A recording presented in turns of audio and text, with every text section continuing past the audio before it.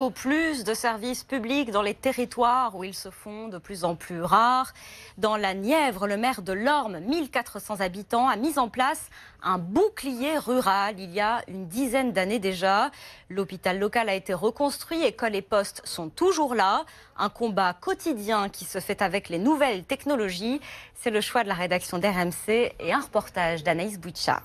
Aux portes du Morvan, Fabien Bazin résiste depuis des années pour faire vivre sa commune. Il y a une gendarmerie, un hôpital neuf, une maison de santé, un bureau de poste. À chaque fois que l'État a voulu fermer l'un de ses services publics, le maire de Lorme a réussi à le maintenir. Ça évite de faire plusieurs dizaines, voire centaines de kilomètres pour accéder à un service public. Désormais, les rendez-vous avec des conseillers de la caisse de retraite ou de l'assurance maladie se font par exemple par vidéoconférence. Vous avez une caméra ici, donc vous allez vous voir en visio. Un dispositif devenu familier pour Eric, Lormois. Je vais avoir une possibilité de contact avec mon conseiller Pôle emploi, avec qui j'ai pris rendez-vous avant. C'est très utile et ça nous facilite la vie. Depuis le début de l'année, Fabien Bazin a un nouveau combat. Le centre des impôts a fermé le 1er janvier. Alors évidemment, on ne se résout pas à cette fermeture. On est en discussion avec le ministre des Comptes publics. On a fait une proposition très concrète à M. Darmanin, financer un poste qui remplira via une convention les missions qui était précédemment rendu par le Trésor public. Il attend Emmanuel Macron au tournant. Il faut redonner des moyens de fonctionner aux communes,